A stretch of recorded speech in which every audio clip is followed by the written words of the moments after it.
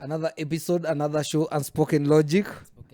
Watalia leo tuko na young Telo. I'm really thankful more than anything you can imagine. Yeah. So, and to viewers, I want to tell you also, we thank you so much also for your support and to, trying They should subscribe. Yeah, and, supporting and engaging us in these development initiatives with the community. And we are humbled to also contribute. And we are also humbly requesting you also, wherever you are, you also come in and let's have a coffee table or even a bonfire or something like that.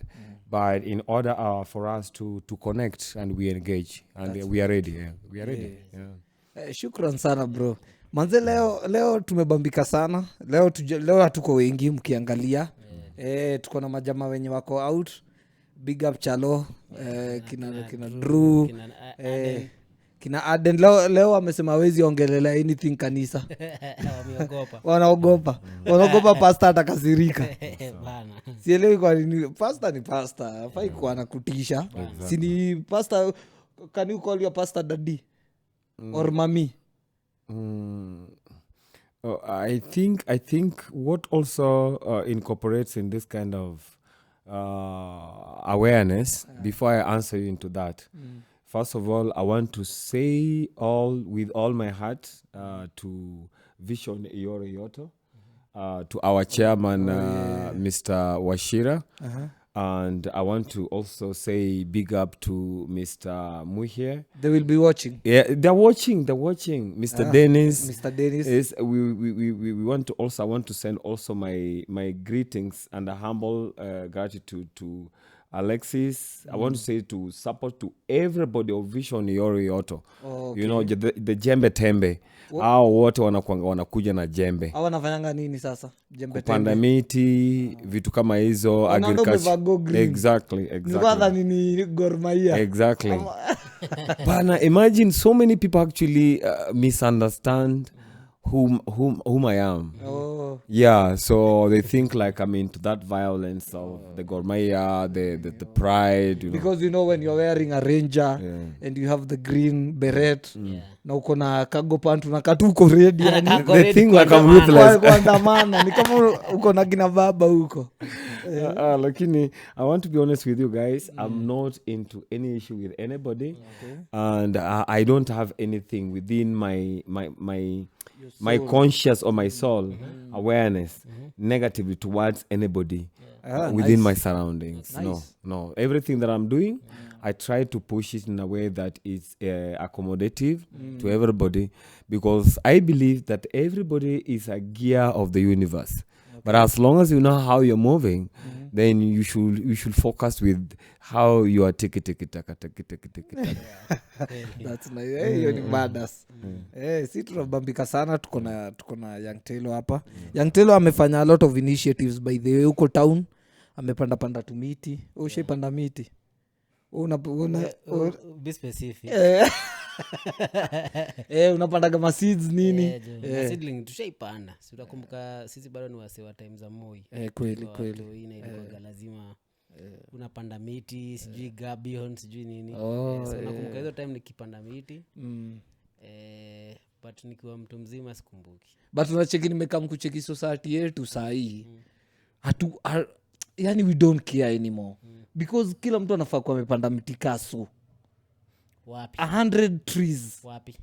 Anywhere ushago, kama mko na rural home ama shule ama mahali, like 100 trees inafaa kwa. Maybe Ministry of Forestry inafaa ipe umse support kwa kumpea seedlings na vitu kama hizo. Ndio tupande miti, si ndio? It's possible, honestly. Everybody, what I'm trying to say is that everybody need to be involved. on using or when I founded this Jembe initiative, Yeah. people thought like I was crazy. I didn't know what I'm doing, such Yeah. kind of thing. Like Yeah. how this guy look at Just him walking in town town, with Jembe. and he has also trees on his back. Is he not feeling, this heavy, whatever? Yeah. But because I know what exactly I'm trying to achieve, which is bringing society into, being more civilized, Okay. awareness or awakenness. Awakeness. Yeah, so whereby people are being consciously awake and they know what exactly they're doing. Oh, Because nice. there's what we call foundation of the mindset. If you bring your mind into a foundational structure, Yeah. then you meaning that you know what you're doing. No matter who doesn't know, if you really know what you're doing or not, it should be your own secret. Yeah. So I incorporated with that mindset of loving and loving this, respecting the Jembe. Yeah. Very humble tool. Very well. Jembe is very, very humble. Jembe is very humble. Yeah, And that's our true. politicians are kind of, wanakwanga wamejiweka mimi ni jembe sa politics. Yeah. Lakini after politics Ametupa ametupa hiyo kitu huko. Ametupa sana. Anasema hiyo ni upuzi. Hiyo ni upuzi. Kama walikuwaga wamesema wheelbarrow. Si buda, kwanza wewe venye ulikuwa umepanda, ulikuwa na mawheelbarrow. Usiniharibie. Acha sikuharibie. Usiniharibie. But listen, kuna venye amesema Young Telo hapa ametuambia kitu ya maana sana. Amesema mi najua in another country like Japan, they are not really into Christianity as much. They're into Christianity but not as such. Their main what do we call it? Respect to their God is loving nature. Yeah, being Huko wezi tupata kataka ovyo ovyo. kweli. Si unakumbuka hata World Cup au ndo walikuwa wanafagia Wanafagia, wase wamelita. Na utaipata watu kama hao wakienda wakienda places like wakisema mimi ni Mkristo na nini zi, hao wanaonyesha na tabia. Yeah, everybody need to incorporate that mindset of just contribute as much as you can. Where you see there's a solution that is needed, don't try to piga chenga. Ni kweli. Yeah. But in this case of religion, wewe unaonaje? Where are we right now matters religion? Unaona mambo inaendeleaje? We've been seeing on the news hizi story mingi za actually by today when we are recording this podcast 100 bodies have been exhumed at Shokahola. Shokahola. Ndio. 100. So what's your take on that, Dr. Telo? Young Telo. It's emotional.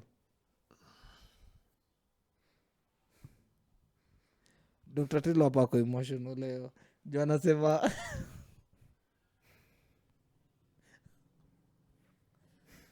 Guys, I think have you ever seen some horror movies? Yeah. Ever before? yeah, we are. You watch them? Yeah. So I think anybody else who have been watching horror movies, there's something I want to talk about there. Whatever. I know, no matter how horrific is it, if you can contain that, then you are in a different awareness. Okay. So have you been watching horror movies? Yeah. I've Like watched me, I a admit it, honestly, I've been. Yeah, I've watched a couple. Yeah. Wrong Turn. Yeah, Wrong Turn 1, 2. 2, 3. Yeah, or Hatchet, or Freddy versus Jackson. Ujaona hauna TV. Me, Nimeona. I used to like that. Ile ya Chucky. Oh, Chucky. Kumbuka Chucky. Chucky the little guy. Kale kadoli fulani. Okay, so Yeah. the horror movie. So no matter how much horrific is it, there is also a survival. The most survivor or above all odds there. That mindset hati kweni kama haiko beyond normal, inakuanga iko within that scene ya hiyo horror hiyo. Unaelewa sasa? So mi nasemanga in life there's a part of either losing or you're winning. Okay. Yeah, you get my point there. Yeah. Yeah, because when you're winning, you have mastered kind of an art, or whereby you can manipulate energy. Let me say like that. Yeah. You get it. Let me say you have the capability, like the invisible gods or ancient, Gods. yeah, terrestrial kind of, whereby you can manipulate thunderstorm or anything spooky, or let me say a bomb. But a blow, then it destroy your organs, but you have the capability now to contain it, to control it, to like the control. monks. Yeah. So imagine. So you feel like Shokahola story ilikuwa ni horror, but huyo pastor alikuwa na energy, like I don't get. Niseme, ni something horrific. It's based on horrific kind of a mindset yake Ya huyo pastor. ya huyo pastor. So lakini ndani yake ni kama ye menye imekuwa is something he loves it. Ni mindset yake, because everybody has to make a decision in this life in order to act certain way. Okay. So mi nasasema kitu moja, religion ndio kitu ambao watu wametumia sana kwa njia ya kumanipulate watu. Okay. Na energy ya watu. Okay. Unaona, if you have a way that you can make somebody to believe you onto something, not within their consent, but ni kama wewe uko juu yao sana. So hii ndio kitu wametumia hapo trick, wakatrick nao watu wakawaleta pamoja na wanawaambia, lakini hapo kuna agenda yao, hidden agenda, very deep hidden agenda. Na hiyo hidden agenda sasa it's now coming now into the Bible says that whatever it's hidden also should be revealed in darkness. Yeah. So hii ilikuwa ni mambo ya darkness, but right now it's being the Almighty. Let me just be honest with you, the Almighty don't play around with who created us, who created you. No matter how much you can pretend and dress very funny in order to fool somebody, at the end of the day, the souls, the spirit will be able now to unreveal. I have a question. Hizi vitu mbona zina happen Africa peke yake? Juzi sijui kama mliona headline ya pastor aliuziwa say tickets za kwenda heaven. Alikuwa anauzia watu nini congregants tickets za kwenda heaven. Kuna mwingine pia alisema church imchangia $100,000 and set kwa Satan apigane na arudi. Like mbona hizo scams zina happen to Africa. Nimeona msee akirecord video ya church ya pastor fulani hapo Coast. Hiyo church ni massive, hata sijui industry inatoshana hivyo, like sijui place you manufacture vitu that big. Okay, maybe there is, but I've never seen anything bigger than that big. So why are these things happening only in Africa? Yeah. Mbona sijaisikia kitu kama hiki happen Japan ama South Korea, US, wapi ni China? Mbona hizo vitu zinafanyika tu Africa? Are we that gullible ama normal nini? Mimi naweza sema hivi. Mimi wacha nikwambie Young Telo. Mimi nakwambia right now, because all those things zina boil down to our government system. Why am I saying that? I'm saying that because if people go to other countries abroad, ndo waweze kupata a better living, sindio? And people in those countries, they don't pray to God. They ask the government to give them basic needs like food, shelter, clothing, right? So wakiwa huko ngambo, their government inajua mandated, lazima wapewe hizo vitu. Huku tunaambiwa Mungu ataprovide. You get? Mungu mwenye anafaa provide kitu, politician wako anafaa provide hizi vitu, anakuambia Mungu ataleta. Now, our head of states are like 100% into church, which is okay, and it's very okay. It's not okay. But it's your personal belief. I won't say that you are a good person because unaenda kanisa. I will say you are a good person because unapanda mti. Yeah, because unasaidia. You are doing good things. You are doing good things. So if all things. I didn't know that. Yeah. I won't go to church niseme ule pastor, ule ni pastor, mheshimuni. I won't respect you because we ni pastor. I won't respect you because ati umesema we ni mtu wa Mungu. Ati no. I will respect you because I see your deeds. Unapanda mti, unasaidia communities, the widows, the orphans. The orphans, you are respectable. There's a lot of many widows. Let me just be honest with you guys. There's a lot of many widows that are suffering over there. Their husbands left them a long time ago, and maybe they involve into some criminal, some of them criminal activities, and they lose their souls very easily, and they left the lovely, beautiful Mama Africa over there. Yeah. And this Mama Africa has many children, and they're suffering. So I want to send this information straight to all alpha male outside there, that if you are an alpha male, I'm looking at you very straight, brother. Please, I'll be honest with you. Please don't let any Mama Africa suffer over there. Please, I just beg you. Na unasikia venye anasema hivyo, Young Taylor anasema hivyo with a very specific conversation here. Why are Mama Africa, our women, the most gullible ikifika ni kwa kanisa? Why are these pastors who are kind of, manipulating people, mostly manipulate women? And because women will always carry their kids, wataenda nao, Shokahola ni nani, watu wangapi wamekufa wengi? Children and women. In fact, you should not even use the word kid, because the word kid also means the younger one of a goat. Words cast spells. That's why it's called word. Okay. So we will go deeper with this, our conversation, so that we define each and every word. Because the word has a vibration. Rather than saying kid, we say child. Child. Okay. So let me finish up. Mimi, I was saying this. Why are we gullible as Africans? Is because we want something to hold on. We want hope. We want, like right now, our government has made us hopeless. So we want anything that inatu offer ile inaitwanga nini, lending hand, tunachukua. Na hapo ndo mapasta wanajua, sindio? So umeona mali government na our government, Africa, the whole of Africa, and our churches zinaingilia. Na because mtu akishaona hiyo opportunity, it's an opportunity to make billions of money. That guy, hiyo church yenye unasema mtu alikuwa anafanya hivi, it's bigger than Nyayo Stadium. It's bigger than Nyayo Stadium. It's big.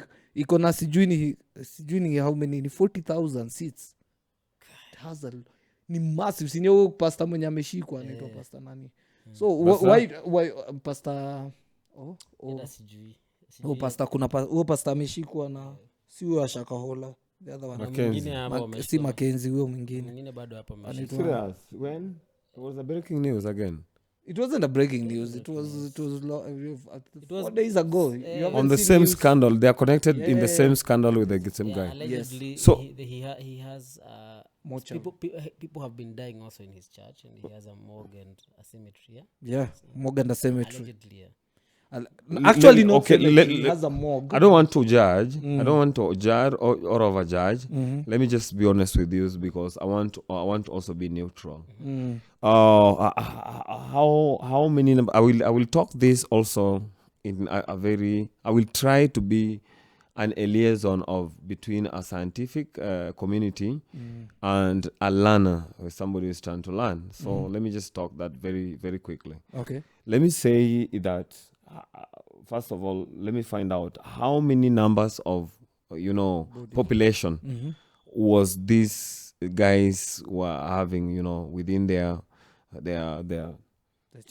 church or their whatever, their community, because this was a community kind of or a cult, whatever they're calling it, a cult, because a cult also means the word culture within their culture. I'm not sure how many people. I'm not sure, but it was. What is the capacity of Nyayo Stadium? Because if you're saying Nyayo Stadium. Nyayo Stadium is 36,000. We can just Google right now. Yeah. Less than 36,000. But or even 60. Not 60. Kasarani. It's not 60. Kasarani is 60. Nyayo Stadium. But it was bigger than Nyayo Stadium. His church. And today, he held a live... it was a live congregation where they were kind of advocating to free the pastor, and it has like thousands and thousands of people who are kind of it was a live stream on so these people are rejecting that kind of they're saying that their pastor is innocent, yet their pastor, so many people died in the church, right? And those people who died in the church, they were being buried immediately.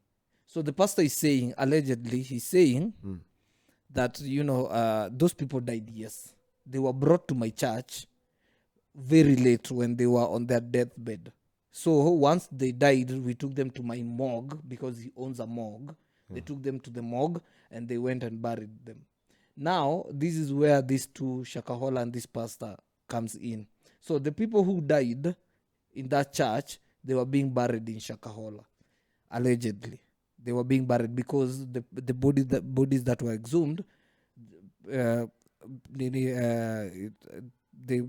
bodies were still preserved, and they were kama ilikuwa imeshapelekwa kwa morgue, right? So they said that hizo mwili zenye zilikuwa zimepelekwa huko zimezikwa, allegedly ni zinatoka kwa this other pastor.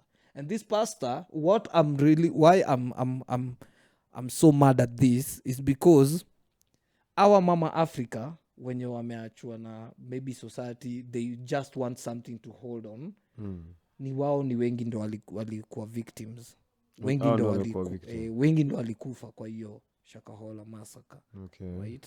So why are we that gullible? Is it that, why is Africa gullible ikifika ni religion? Lakini let me just be honest, niseme tu ukweli. Another thing hapa ni I can't laumu huyo pastor.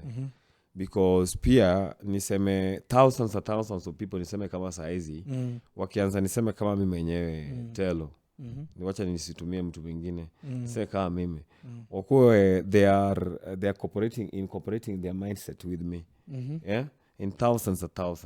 Do you know that this one also becomes a power on its own? Of course it's a power. Yeah. So when it's a power on its own, there's also consequences that comes here. When people are many within your domain, anything can happen. One thing, let me just tell you that people need food every day, and a good nutrient food in order to sustain them. You know that. So anything can happen here. Maybe some people might be unhealthy. Yeah, what are you going to do with them? Well, that's very true. Yeah, what are you going to do with them? Let's just be honest with you. Unajua, anasema, for me, I see where you're coming from. Yeah. Anasema, you can't really blame this guy, because when you have so many people, you have a certain power. Consequences. And consequences can come. And you have that power, people, maybe you have unhealthy people. People can die. Yeah. People can die because anyhow, what are you going to do to handle what? To handle that. Yeah. But so I don't want to rush into judging him. We are not judging him. Yeah. We are not the judge. I'm not mad on anything. We don't know what happened. Yeah, I don't know what happened. I'm distancing myself. I don't know what's happening. But I'm just saying that if I were within my domain, now I'm the one who is handling this situation. I'm with it. And you know what it is. I think maybe you would let that maybe guy he's still innocent. Yeah. I don't know. Yeah, because you're dealing with so many people. Some people are coughing. Some people are in people suffer a lot. Like UTI, let me say like that. Yeah. A lot of people are having a lot of problem with UTI. But so what if that UTI, it's untreated? It killed that guy. Yeah, then it killed that person. Wait. Listen. Yeah. Why in so many numbers? And why in one place, one location? Okay, and then I think where my doubts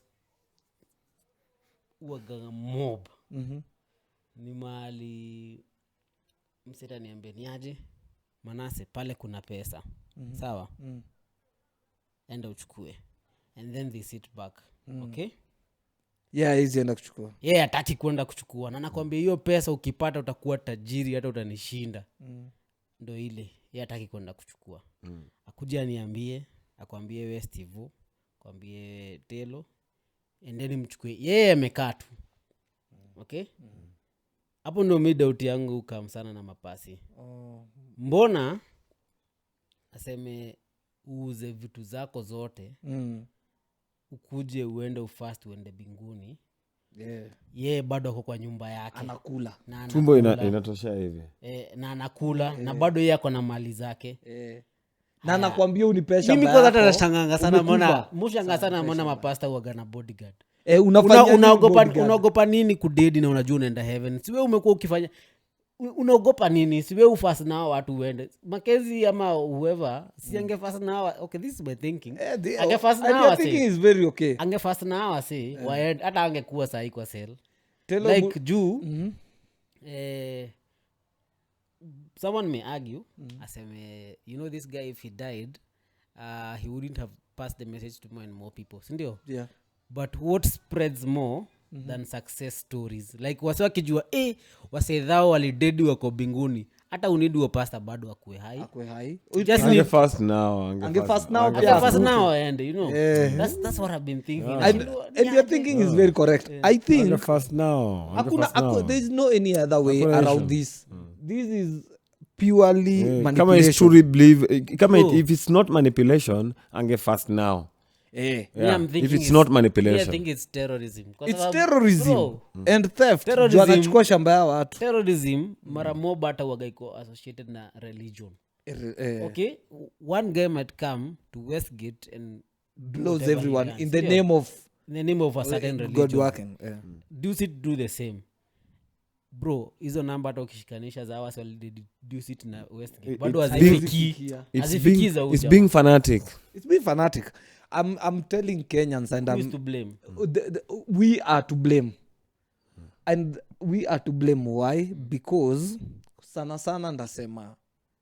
ndasema napenda kuingililia wanaume lakini wanaume we need to take mantle in our homes because bibi yako hawezi kuambia ati twende kanisa if you heard the story ya Shokahola wives were the people who are telling husbands let's go to church we must go to that church it's very simple we need to watch over our emotions and our thoughts you know your thought matters a lot but me I think that these pastors they have found a way whereby they're thinking for these people are not thinking for themselves. That's very true. That's true. Don't let anybody think for you. I want you to think for yourself. And that's why Nini, listen. So Mzungu came with the Bible, right? He gave us the Bible. Right now we know the Bible so much than even that person who brought the Bible to us. People know Abraham. I don't think people know the Bible. People don't know the Bible. See, they know the Bible. People know Abraham and Joseph and kina the Bible those names people know those people rather than they know their own family members. They don't even know their immediate uncle but wanajua Abraham na kila mtu wao. That kind of manipulation, it's so deep rooted in our minds that unalala unaanza kusema shakaraga bagadaga at his Holy Spirit is talking to you. Like I don't want to judge you, that's your own thing, but let's be true to ourselves. Can I tell you something? I add there on top. The Bible is actually even esoteric and exoteric and exoteric. Inamaanisha kwamba the Bible is black and white, is good and evil. Okay. It's preservation and destruction, and that's how life is. But people have not understood it, the context of this good and evil of what the Bible is. Wakachukua tu some parts, waka-run with it, waka-bubble for their own benefits. Yeah, for their own benefit. Juwezi kuja kwa ushaona ngapani yani mtu wa nini? Ushaikuwa kwa basi, alafu mtu wa basi anakuja kwa basi, alafu anawaambia timu, sasa juzi niliomba kwa hii basi na basi haikuanguka. Unajua jamaa asha kumanipulate. Hati mimi kuna mtu niliomba kwa basi na akasema wewe pastor unapiga kelele. Basi ikaanguka. Young Telo, right? Let me tell you something. Any time, any moment a pastor says such, that is somebody who's manipulating you. Exactly. when a pastor comes in and says kama Mungu anakupea 100% salary, uwezi mpea 10, basi mpea 90. That is somebody who's manipulating you. He's using you. He's playing with your emotions. Somebody who says ati Mungu atakuchoma usipofanya hivi. God, why is God banning people? Kwani Mungu is all forgiving and loving. Kwa nini anaenda akichoma watu? He's a jealous God. This is what it said. Jesus, God is a jealous God. God is not a jealous God. God can never be jealous. That is those are things people are using the Bible to change. Venye Taylor amesema, Bible in black and white can be destructive and can be uplifting. God is jealous of God. I was trying to get an article that I'd read before that was of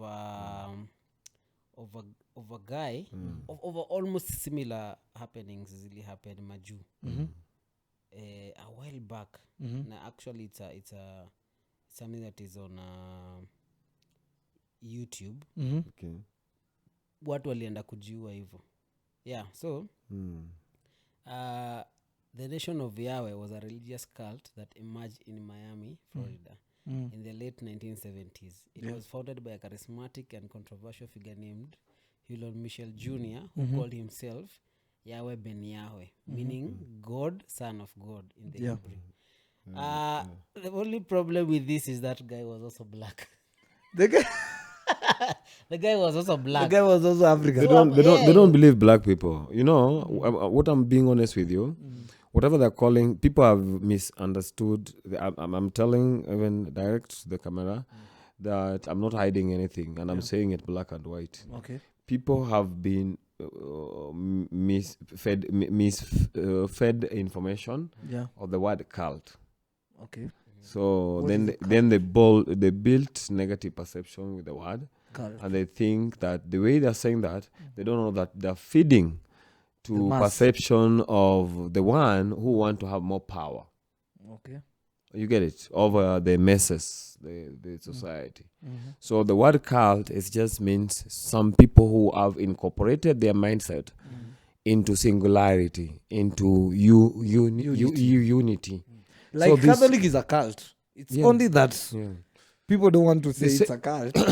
Catholic is a cult. We are a cult as Unspoken Logic. We have one single-minded reasoning. I'm a guest. Exactly. Without being more cultural, you cannot be one. You cannot operate as one. So those people want to destabilize these people, this kind of a mindset of unity, and then it's the one that you come with. This is a cult, but so that to create to provoke the public to create negative perception toward those people. So when they send that vibration of negativity, then now makes those people to be broken and made powerless. But bro, so that somebody I have a else question for you. Right now, you're saying that you have a point when you're saying cult can be culture.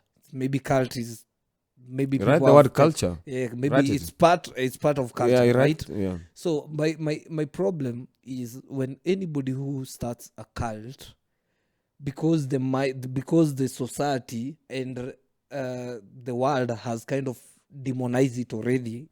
Not something that is good. So anybody who creates a cult, they believe that it's supposed to do something evil. So that's why people are afraid of cult. It's not that media or anything. I think over time, people who have started cults, they have been doing things secretively. Yeah, I think the same way the Freemason thing. The same. Like when that guy came out to the public and said what this is about, hivi wanasaidiananga hivi, then kama lazima uingie lazima ukuwe recommended, just can't go in. Like it's their own secret society. Okay. Now you have to get some qualities ndo ukuwe member wa hiyo nini. Sasa noma ya cult inakuwa ni kitu yoyote satanic huku ina involve mtu mmoja mwenye anaongoza wasi wengi kufanya kitu kama hiyo, then inakuwa ni cult na it's bad na that's why people died because that was a cult. And why cult can be problematic and why cult inatumika vibaya hivyo haraka is because you can't give power to one person. You know, even if you have this constitution and this constitution inasema power belongs to this person, mtu akikwambia I'm killing you, the other congregants they'll be okay with it. That is the danger of a cult. Right? Kama nini right now our nini kama place kama Saudi Arabia ama UAE, they have a king, sovereign, right? They have a constitution but the king is over the constitution. It's very risky, right? Jamaa akachizi akuwe kichwa mbaya leo, we are all done. Kwani nini ukagaje? Ni North Korea ni South? Kale kama jamaa Kim Jong Un. Kama Kim Jong Un ni South Korea. Huyo jamaa anakuwa amegobazek. Sindio? Na akigobazek hivyo the whole country itakuwa hivyo. That's the same thing yenye Shokahola ili happen. Because huyo jamaa alikuwa anasema ukisema utapeleka mtoto church usi anakuambia ati allegedly. Nimekamna driver wa Uber ananiambiaje? Probably wasi wenye hata wako to blame. Maybe kuna mse aliingia huko ndani and then akakam to their senses akasema no way hii haiwezi happen, ama few days to them dying maybe they tried crawling back out after. So unajua tu mwili tu vile mwili inakataa ukitaka unasema leo school leo intermittent fasting umefika hivi stage kizunguzungu mayai ndio hiyo unasema acha tu nipige. Probably kuna watu haiwezi kosa watu walikuwa na try ku. So allegedly nasikia kulikuwa na security around it, like ukiingia utoki ni ukaenja ukufe. Hiyo si ni massacre. Sasa mimi nakwambia hii staff ilikuwa imepangwa. Like walikuwa najua mse mmoja akitoka blow the whistle aseme yo mimi nimetoka njaa wala njaa imeniua huko natetemeka. Watu wanamdead. Kuna wasi wengine za utatu ama kuna wasi wengine wako ndani wana dead. Maybe hiyo kitu inge happen kitama. But since maybe kulikuwa na security wanakuambia hata anaweza kosa kukushikia gun. Anaweza kuja kuambia why is your faith failing? Why sijui this is the last day. Kumbuka Yesu 40th days ndio shetani alikuja kumpea mkate, like go pasa. Unaona? Hizo vitu ziko. Kuna kwa hiyo report ya wasi walikuwa nafuka hizo maiti. Kuna watu walikuwa wamepigwa na kifabutu. Sikia. Kuna watu kifabutu wamegongwa na kitu blunt object. Mgongwa nao kwa kichwa. Kuna watu walikuwa na hiyo trauma. Kuna watu walikuwa wamenyongwa kulingana na the body structure. Hata si postmortem inaanza leo.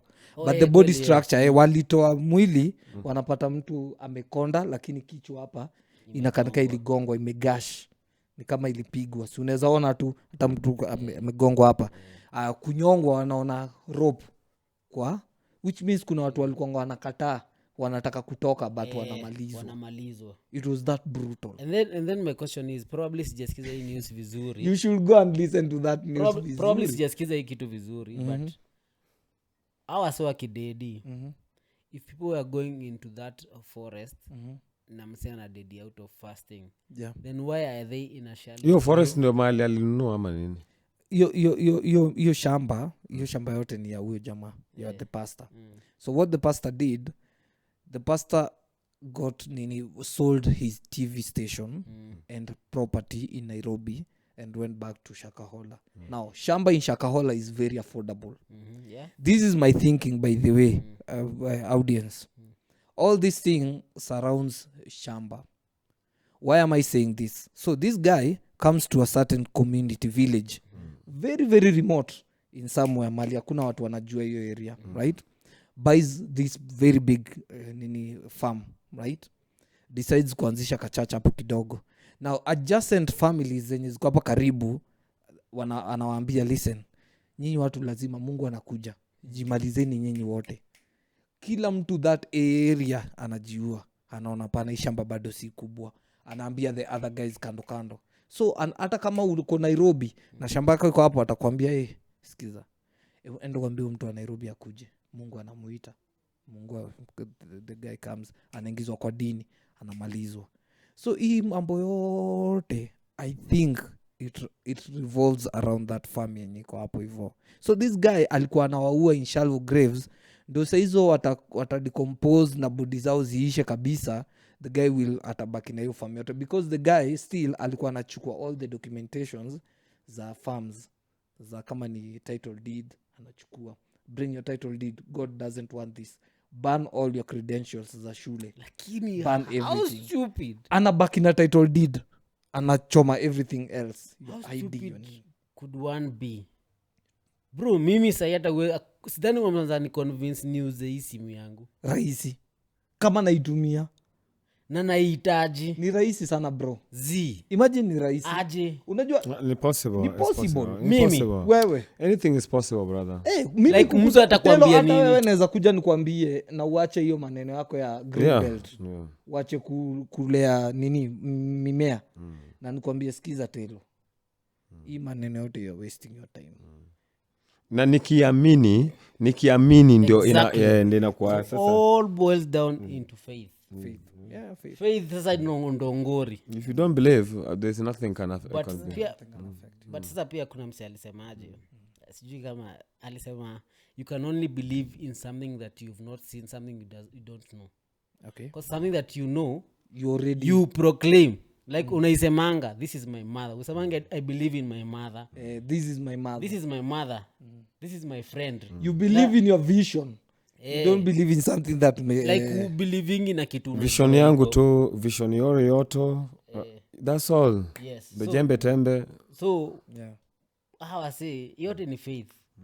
Kuambiwa kuna kitu yenye iko na kuna wasi, mimi sidhani walai hakuna kitu mimi mnaweza niambia mni. I think maybe your faith iko strong. I thank God yangu haiko that strong. Tena yako iko strong. Mimi uniambia ati uuze kila kitu na uache familia yako yote na uende Shokahola, unaenda Mungu. Wewe si unanijua vile kwanza muaga ati hata tukienda mahali tunaenda kufanya nini? Lazima nani atakuwa itaisha saa ngapi, like lazima unipe details zote ndo tunaenda. Guys, let's not go offside. We need to also remember, even me myself here, I'm trying to I'm not saying I'm convincing people, but I'm trying to bring this awareness that we need to go off the grid. Okay. In terms of sell everything and go off the grid. So if you think like also you want also to arrest me and bring me also into the list of Shokahola or whatever. What do you mean? Tell us. So Sell everything and go off the grid. Off the grid is meaning that try to find a land which is remotically away from the digitalization of this urbanization. You are against it, you are The 5G radiation, this quantum field, all this they're bringing now so that they can be able now to also incorporate it with the mapping DNA. Okay. Like when they map your DNA, meaning that they're seeing you where you are. Okay. Whatever you're calling it, live, they're seeing you. So you believe in wachana na story ya Christianity, right? You believe in being native, uende tu home, hata si home mahali remote. Yes, and I've already... You eat organic. I eat pure Mother Nature, anything from Mother Nature. Okay. That's simple. Not seedless. Can I ask No, a no. question? He has a question. How long is this remote sustainable? Because once you go to a remote place and then 1,000 of us follow you, then it's not remote then anymore. it's not remote anymore. It becomes now I'm adding in now to become a country. Yeah. So that's why I'm telling you now. Listen. Yeah, this is brings now it as a domination. When we follow you and 1,000 of us follow you, 20 of us get compromised and bring in a phone. Okay? Get compromised. Like they get We compromised. break your rules Like and break bring your out rules, digital. bring a phone, and then we have relatives, we have friends who will come to see us with vehicles that are emitting whatever you guys gases. don't want. Yeah. So then, how sustainable is it? Actually, just to give our no. audience context, context here. So young Telo here is advocating for not Shokahola massacre, not religion. He's advocating for healthy living. Uko mashinani watu waishi kama ilikuwa inaitwaje ile movie ya mazombi ile watu walikuwa wamekaa wanaishi organic kivyao. Ile sasa he's advocating for a country where hakuna 5G, hakuna simu, hakuna digital anything where digital. people can get their hands dirty by preserving mother nature, Okay. kufanya kazi ya toiling the soil, and then from there they can get their food, they have more sustainability, not anything else. But people are not going to get this, and the vast majority are also sinking with the world when they are living this kind of illusion of money. By the way, are you aware that money, we are getting rid of the money very soon and we're getting into digital currency? Are you aware of that? Yeah. So how do you see it? Do you think it is also helpful? The problem they're going to bring, that you have to get actually vaccinated for you to be able to also have that your signal working. Okay. For me, I believe that digital currency, you can't really hold change. Change is change. It will change either good or bad. But I believe anything digital, kwanza digital currency, it's very compromising factor where it can be hacked very easily. You can lose everything within a snap. Yeah. They're talking about blockchain, they're talking about all this security, but still, si Bitcoin inaibiwa sahi, and it's wanasema iko very protected. So I believe we are not going in the correct way. We are going very fast, but we are not going correct way. That's my take in now digital space and digital currency. Okay. Personally, I'm a big fan of civilization. So I wouldn't probably go back to shags. To like to a remote place. Can't be me. But now shida ni cancer is all over our food right now with the pesticides. Of course we live well, labda uko za we live once. Mimi by the way mi naona telo hiyo idea ya telo ni best. Ni venye tu kuna venye usiniforce wacha mini make my own personal decision. Imagine because 5G bro is a radiation. It's not bad. Me, I'm in a tech space nauza computer and everything, right? 5G is it's radiation. Anytime you make a phone call, ni very mild radiation inapita kwa brain. Not even mild. It's big. I don't know the magnitude, but I know it's small. So the next recording, I will come here with the we talk about the thermonuclear tester. And I will test and I will demonstrate. We will be doing so many. Actually, you had mentioned your background in engineering, sound engineering. So we will be doing some live kind of experiment, kind of some physics here.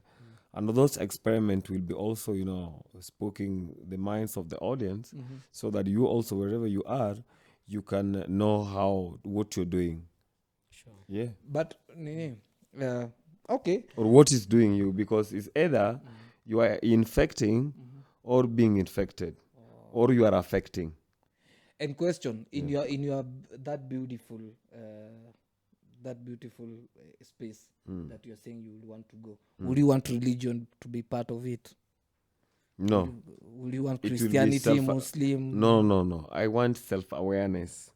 I want self-awareness. What is self-awareness?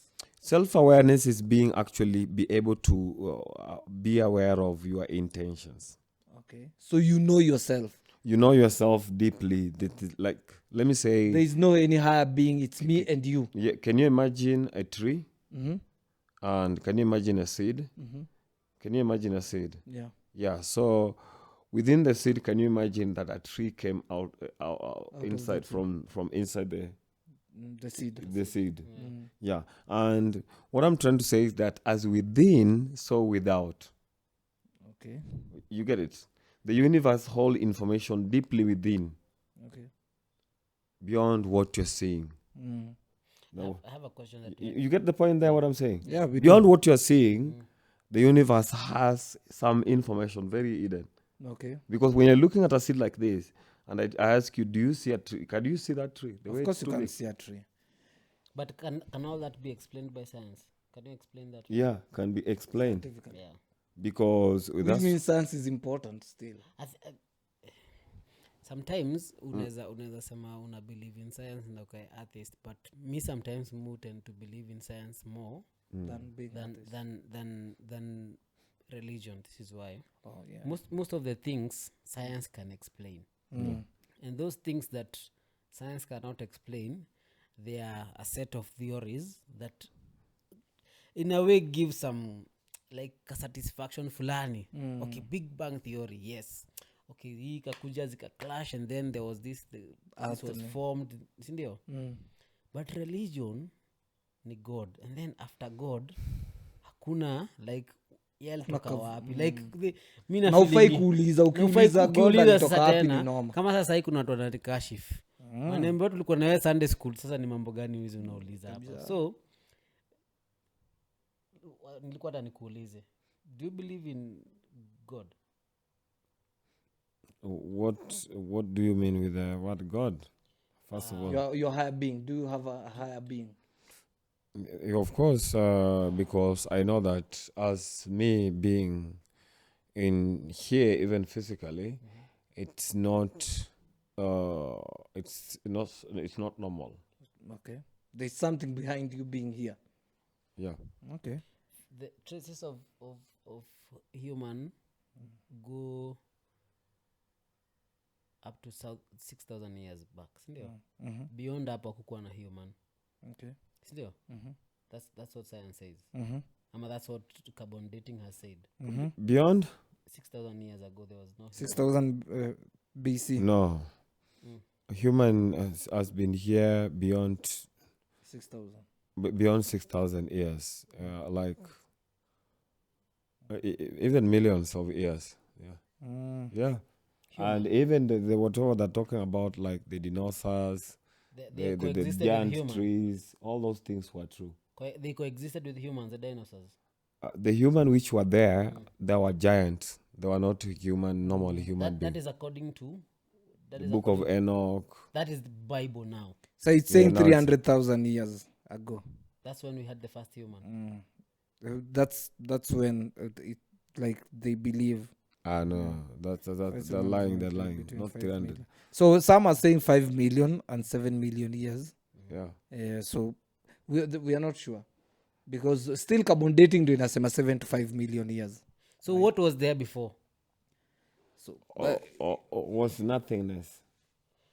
There was nothingness. Yeah, so we have two theories. Actually, there are a lot of methodological. Even the Big Bang Theory. I'm just bringing you this. I want to say that the Big Bang Theory was true. It really happened. Okay. But it's really sad that the society who doesn't want to get the truth, they're not going to accept the truth. So if Big Bang Theory happened. Then when did God create the world, the earth? Like what? Maybe through the Big Bang. But the Bible does not say but that. But at a Big Bang, it happened. The universe was there still. So God alikuwa wapi? God maybe alikuwa kwa universe tu huko. Wapi? Mahali tu. Kwa hati yako. Okay, we have to end the show, but we have to end the show, but there are so many questions that mimi mutaka kujibiwa sana. Which tunafaa tulete pastor hapa atuambie vizuri, hata si pastor. Mtu mwenye amefanya theology, mtu amesomea theology, sie kina Kanyari. Pastor. But did you even go that deeper to understand why I said that the Big Bang happened? Explain. You need to know that. Man. I know. I watch a lot of discovery. Anything discovery on our world. I watch a lot of those documentaries. I read a lot of books on them. Some are very conflicting. So what's the law of the universe that incorporate those include that Big Bang? The Big Bang How theory. do you bring it now into terminology of your awareness? So listen, I'll explain it as simple as possible. Now, how the Big Bang theory happened is our world being that the universe is so big, right? We have two aspects of the Big Bang theory. We have how the earth formed and how you came to be.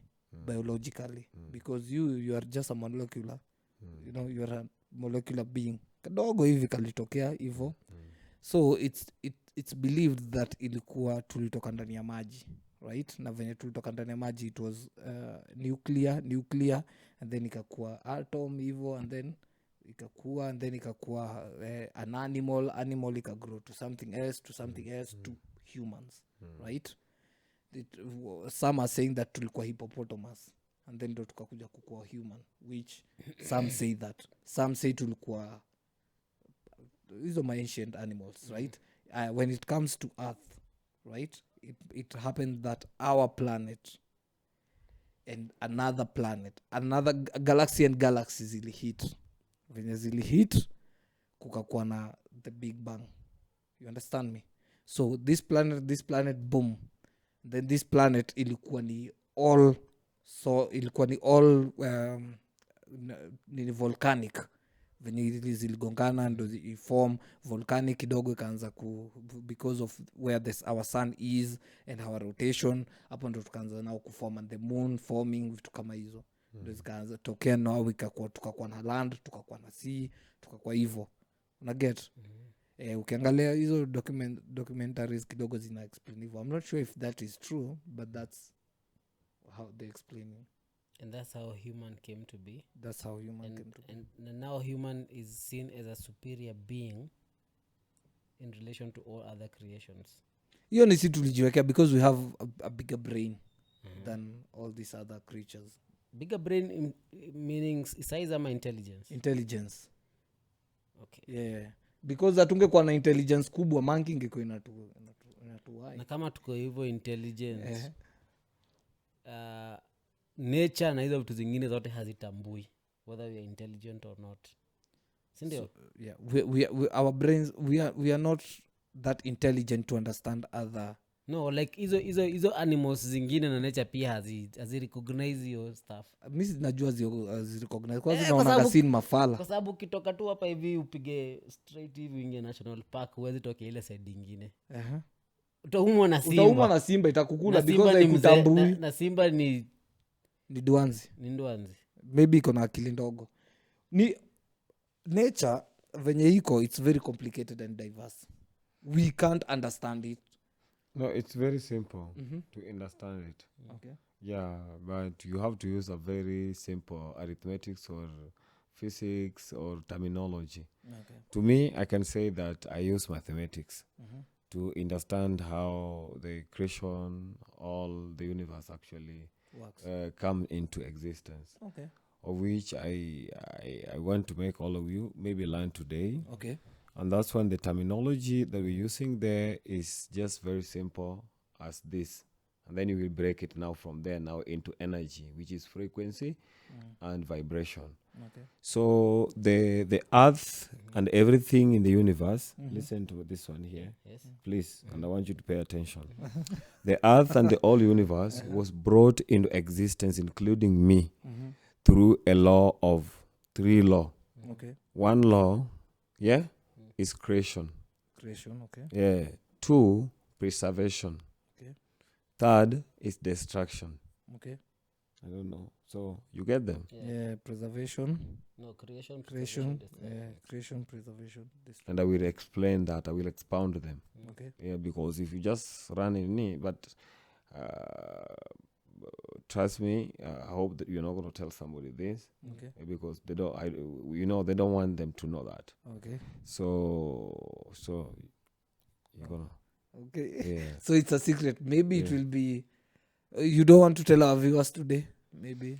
No, me, I want to tell them. Oh, you want to tell them? Yeah, but if I tell you, promise you that you're not going to tell somebody. Keep it. Keep it. But it's Yeah. All so, our 2,000 viewers. We have 2,600 subscribers. Please, this is a secret to you. Yeah. Please once you know it, keep it secret. Keep it secret. Yeah. So the earth. Someone will joke and say, "Who am I to keep your secret if you can't keep it yourself?"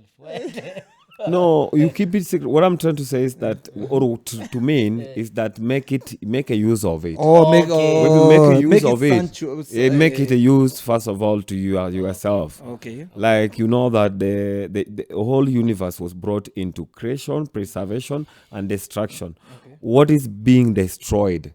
How does the destruction take place, and for what reason?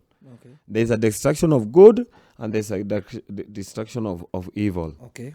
Because everything is black and white, Okay. light or darkness. So the destruction of good is like the destruction of the alchemy, the destruction of transforming gold, certain earthly elements into a gold or into crystals or something like that. Okay. Means that your mindset can bring ideas into something great. Okay. The destruction can be great. It can be great. That's why you say we suffer. We are just we are being destroyed in order to bring the other higher version of us. Oh, okay. You get my point? We get. But if you see it in a negative perception, then you get destroyed completely. The Shokahola way. The Shokahola way or whichever way. Yeah. So we are so brilliant to an extent, we can destroy in a good way. You can and destroy yourself. in a bad way. You can destroy yourself the way your old lifestyle, the way you've been living your life. Okay. And then you, within there, you bring up something like, let me say like me myself personally. Before I become now much aware of what am I doing in a society, what am I contributing to build Mother Nature, what am I doing also to serve my fellow humanity and anything living, what am I doing? When I was in a club, times like this, let me say like on whatever you're calling it, even weekdays, I was in the clubs with whatever you're calling it, beautiful women or kinky women or whatever, all those kind of things.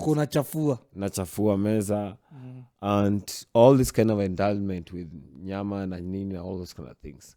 Na ilikuwa na pride nyingi. So out of it, I learned a lot, and it made me now become awake. And now I'm here doing the environmental awareness and mentoring society, the younger generations, and even I'm much influential actually to the youths mostly. Wherever I go, like I will call you to, I will invite you to one of my events when I have the events over there. Yeah. You come, you feel the energy. When I reach there, my friend, let me be honest with you, and these guys that are coming even to know me too, when I reach there, I'm also another Ruto. No. So you destroyed yourself to build. I have the yourself. capability to destroy myself and in order to rebuild myself. So I am also God. Oh, in your way. Yeah, on my way. And I always tell people, you're God. You yourself, you're a God. You can be anything you want if you have like the goodwill and you want it to happen. Yeah. Like for these pastors, they see, first of all, they count the congregation. They know this is a good number. They multiply by maybe 200 per service. And they still, calculate and everything. And then once they do that, they know how to manipulate, how much they're going to get, and who to pinpoint. Not all of them, some of them. Why am I saying this? It's because once you see something, you are a God because you think of something, right? Unafikiria I want nataka gari. Unaona? Ukifikiria uone gari, utasema ile gari ndo nilikuwa nataka. You will work towards it and then you will get it. You are a God. Unaget? Wewe unataka gari? Mimi nataka gari. Have you worked towards it? I'm working towards it. Have you got it? I will get it. How long? It might take 10 years, it might take 5 years, it might take tomorrow. Wewe unajua niko pesa ngapi kwa account? Mimi sijui hivyo. Alafu so unataka kusema everything that you've thought about, that you've purposed, that you want it, you've got it. You got it. That is the number one rule of rich people. You see you believe, you think it, you see, you believe, you work towards it, you will get it. We are going to end the show there so that the viewers can tell us what they think about the statements that have been said today. They have been heavy. Yes, They have been heavy. Day to day, yani kwa sababu mi kwanza inaniuma sana kwa sababu nikuulize hao watu hutoa tax. Watu gani wa church? Watu wa church watoagi tax. 40,000 times 200 shillings. Yani almost 40,000 people. Fanya hata na wasi 20,000 people. Awacha toke 20,000 people. Ile siku watu wajatokuja church sana. 20,000 times 200. Times 200. Hiyo ni sadaka normal. Juu yana natakaga 15,000. Hakuna tithe. Hiyo ni 4 mil. Sunday moja. Tuanze kanisa ni telo. Kwanza wewe venye tunaanza kanisa ya wanajita. You can tell it's been nice. You can tell our viewers something before we end the show. You can tell them to subscribe. You can tell them what you do. Hey guys, I want to say much thanks kwa Vision Yorioto, our office there, or that managing Vision Yorioto. And I want to tell to everybody who knows Go Green. Go Green is right now cooperating with the national government, local government, and community, society, stakeholders. We are signing MOUs that is actually bringing people together into cooperation, whereby people engage into community development projects. Not just silly stupidity here and there. Ukisema kwamba we are going to plant 10,000 trees. It's 10,000 trees inspected by General Dr. Angtelo na imekuwa confirmed completely with me. Na kama ijakuwa confirmed na mimi, hii hakuna kazi. Hiyo ni mambo. Hakuna hiyo ni kalongolongo hiyo. Unaona? So nafurahia sana. Unaona endelea kusupport. Endelea kusubscribe na because bila support yako, by the way, there's nowhere exactly we are going to reach. We need to go far. Hapa ni mwanzo tu. Lakini we are coming with much content that we are going to give you, and these contents, if you yourself you give in and support us by watching more show of us, and even sharing also with the family members and everybody and the loved one, then it will be really more great and impactful. And we also too we will be much grateful to you, because it will be much impactful to the society, because what we lack here, that's why you see some people take advantage, like the pastors or whatever, when it's just education. That's true. So educational information, that one we can promise you that we will be giving you like rain, like the way it's raining right now. So it's you need to prepare your container of understanding how the information that we're giving you over here. You write the points. Whatever you don't like, don't worry. Usilete feelings nyingi. Whatever you like, that's what exactly actually you write down, you take that point, and then you begin also to change things. So we need the game changers. And we thank you. Shukran sana. Hiyo imekuwa best. Steve Vosti hapa. Manase. Signing out. Young Taylor signing out. Nimekuwa sana. Bye.